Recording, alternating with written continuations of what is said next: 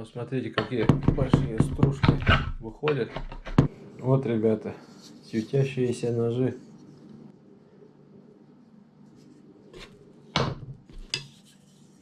А вот таким ножом сразу взял и до конца.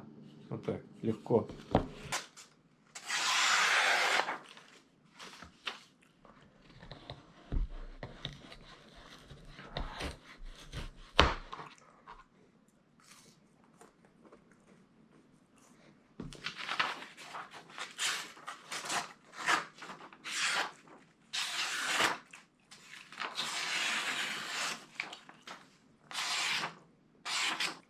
Это жеребятина.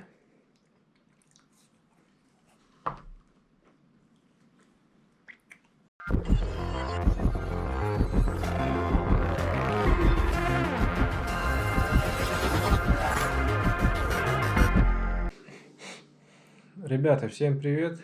Сегодня, наконец-то, я хочу вам рассказать про якутские ножи. Эти ножи предоставлены мне одной мастерской. Мастерской называется Слам Мебель. Ребята занимаются мебелью и ножами. Вот ссылка будет вот тут. И в описании тоже будет ссылка. В принципе, в Якутии очень много мастерских, где делают якутские ножи. Вот в чем изюминка вот этих ребят, почему я у них взял? Потому что у них оригинальное оформление, то есть, что я говорю, оригинально.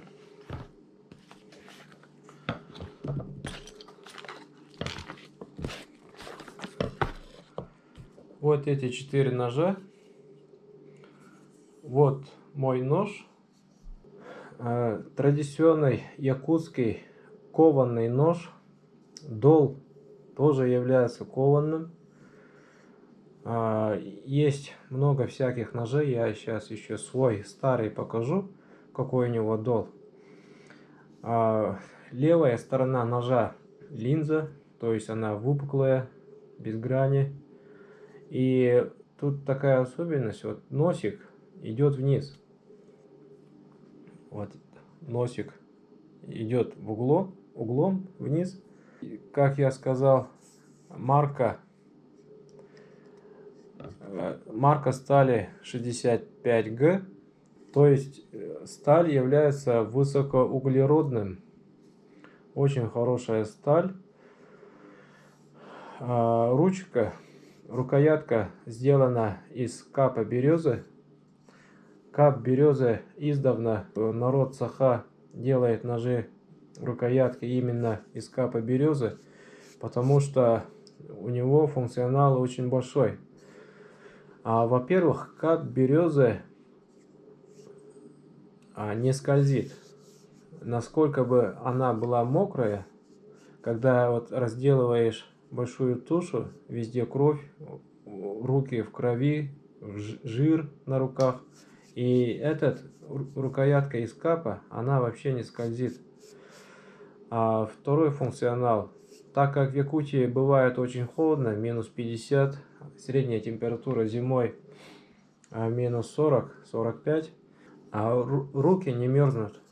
Например, если была бы рукоятка, вот, например, из кости, из пластика, из железа, вот рука бы сразу замерзла.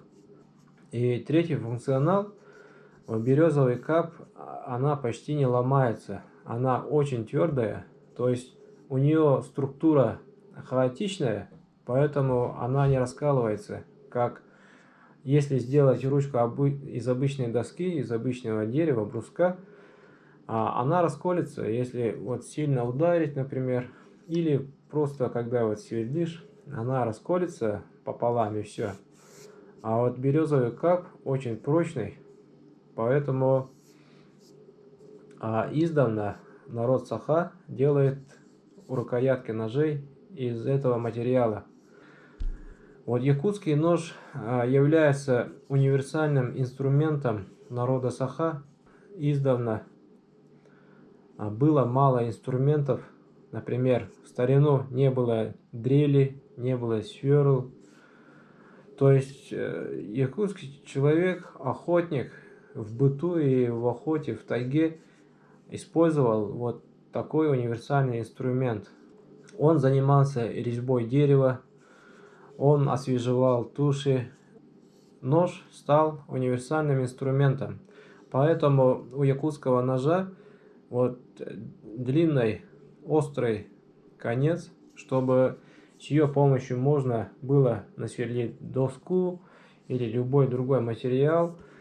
Например, есть такие большие кинжалы, например, как вот такой, но этот еще острый, ну, скажем так, как у Рэмбо, да, ножи. Вот у него носик, ну, не слишком острый, вот, как вот тут. Вот этот острый нож, он является универсальным. Я с детства использовал только якутский нож, поэтому я привык всегда использовать нож для резьбы дерева, там, чтобы мясо резать. И однажды я потерял свой нож и купил себе вот нож Мора.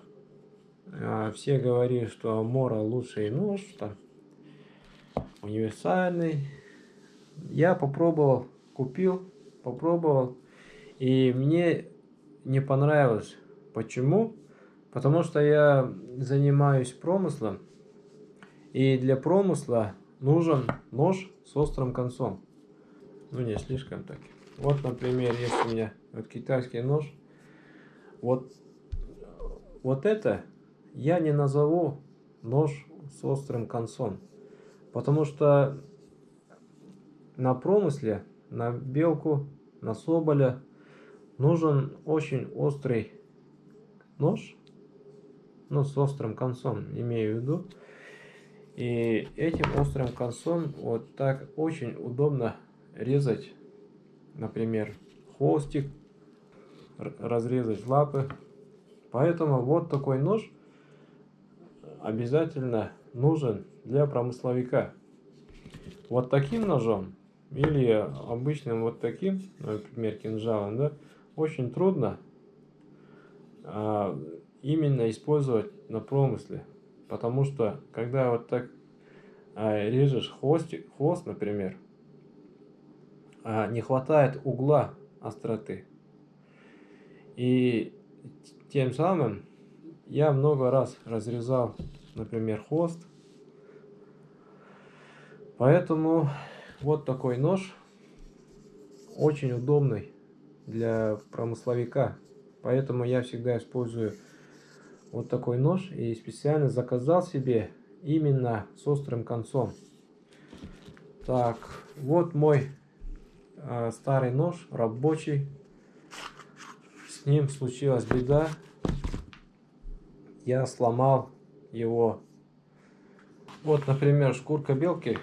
Для разделки белки, например, надо сначала сделать вырезы на лапах, разодрать шкуру, а потом разрезать вот хвостик. Вот хвостик внутри трубочка и очень тонкая кожа. Вот эту трубочку до самого кончика хвоста белки надо разрезать. Вот таким ножом, например, очень трудно это делать, когда вот так идешь, и в самом конце хвостик отрубается, потому что не хватает вот угла остроты. А вот таким ножом сразу взял и до конца. Вот так, легко. А главное отличие вот этих ребят, они занимаются эпоксидной смолой. То есть вот сзади эпоксидка, вот такая эпоксидка, внутри коготь медведя. Вот тоже конец из эпоксидки. Вот такой.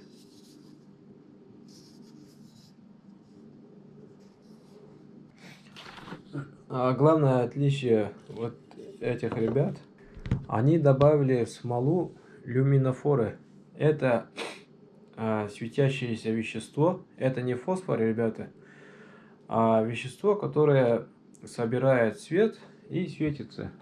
Обычно такое вещество делают на этих зданиях план эвакуации.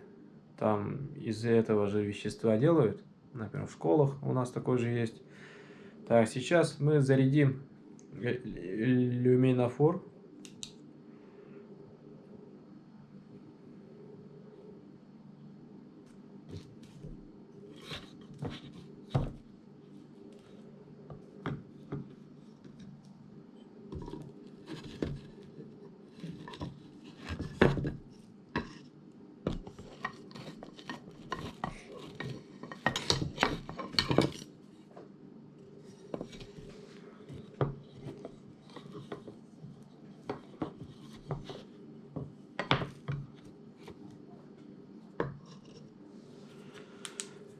И вот что случилось. Вот, ребята, светящиеся ножи.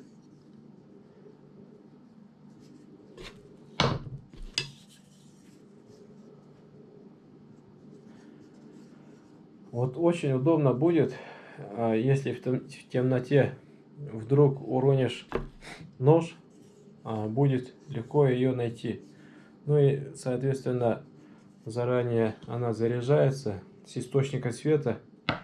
Очень хорошо заряжается со солнечного света, поэтому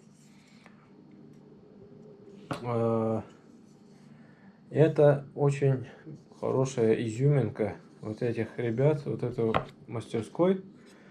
Поэтому именно их я выбрал для ножа. Иногда бывает, ты разделываешь мясо в темноте, когда идешь обратно назад к избушке, вот там встречаешь зверя, и с ним же не попрощайся до завтрашнего дня. Поэтому иногда бывает, что ночью разделываешь, и при этом можно потерять, уронить нож, а потом найти с помощью вот светящегося элемента. Так, еще ребята занимаются восстановлением ножа. Вот эти два ножа являются восстановленными, то есть старую взяли лезвие и обновили ручки и сделали еще эпоксидные вставки. Вот. Ну и, конечно же, заточили.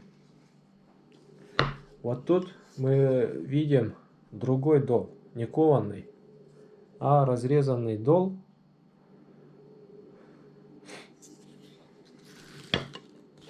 Про дол я вам не буду рассказывать, для чего. Есть много версий. Кстати, якутский нож точится только с одной стороны.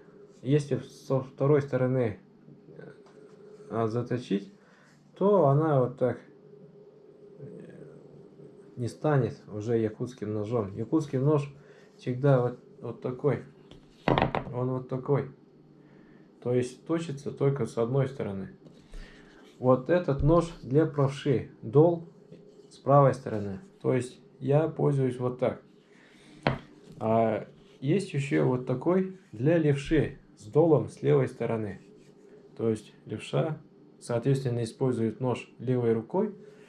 И именно для левши сделан вот такой нож.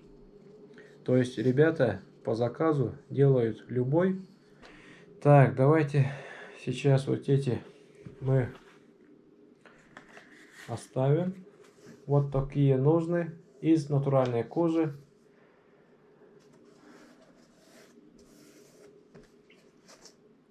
Трехмиллиметровая кожа. Петля тоже из кожаная. Вот я достал из морозильника жеребятину.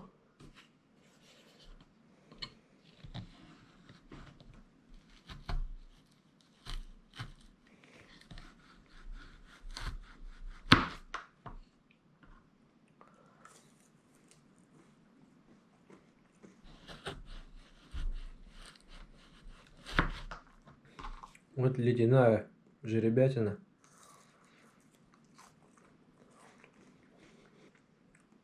Это национальный деликатес.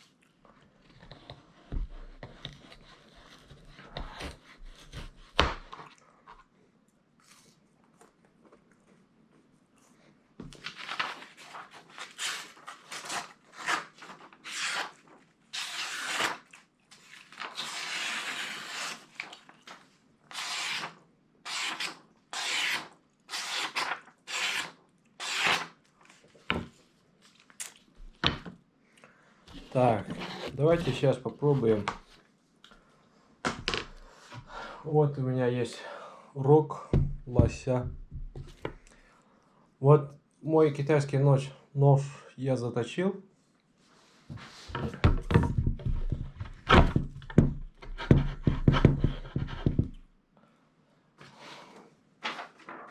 Он в принципе тоже острый.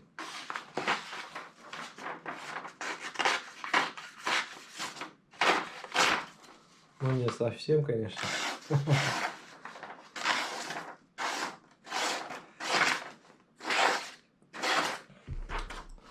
То есть плохая сталь, когда с ней работаешь, вот так, после незначительной работы она теряет свою остроту, она тупится. Только хорошая сталь хорошо держит вот свою остроту.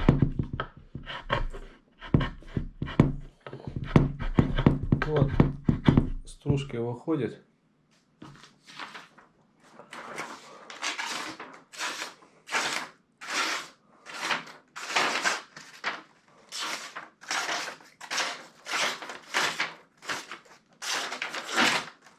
Ну и после этого вот нож теряет свою остроту.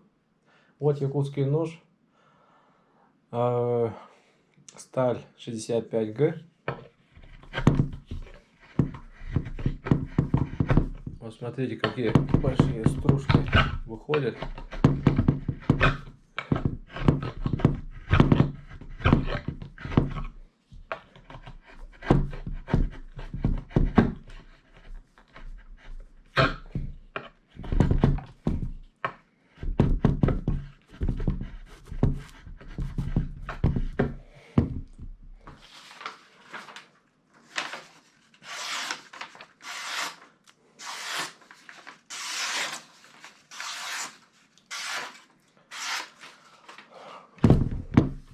Да, в принципе, бумагу режет любая сталь, которая правильно заточена. А главное отличие от хорошего ножа — его материал, который не теряет свою остроту. В якутские ножи мастера всегда используют хороший металл, потому что в последнее время якутские ножи все завоевывают большие награды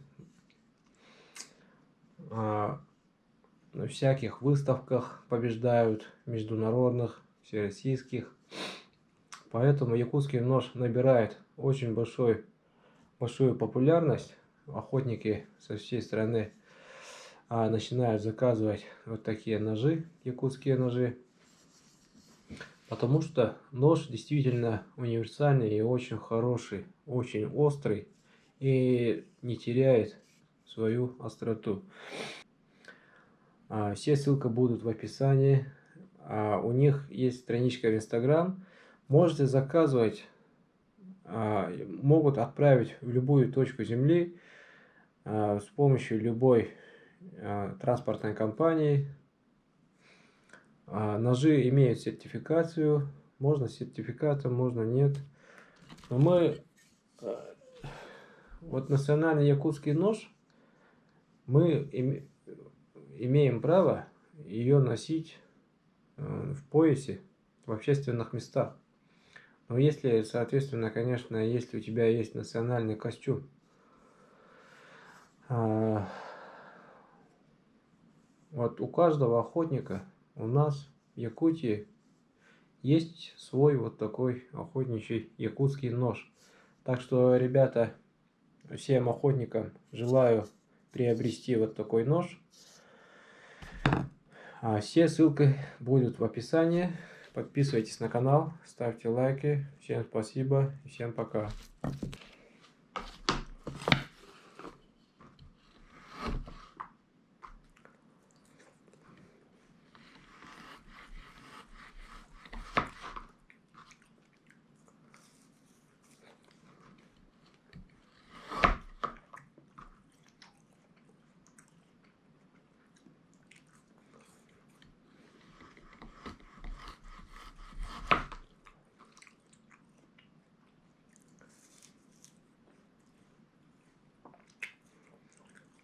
Это жеребятина.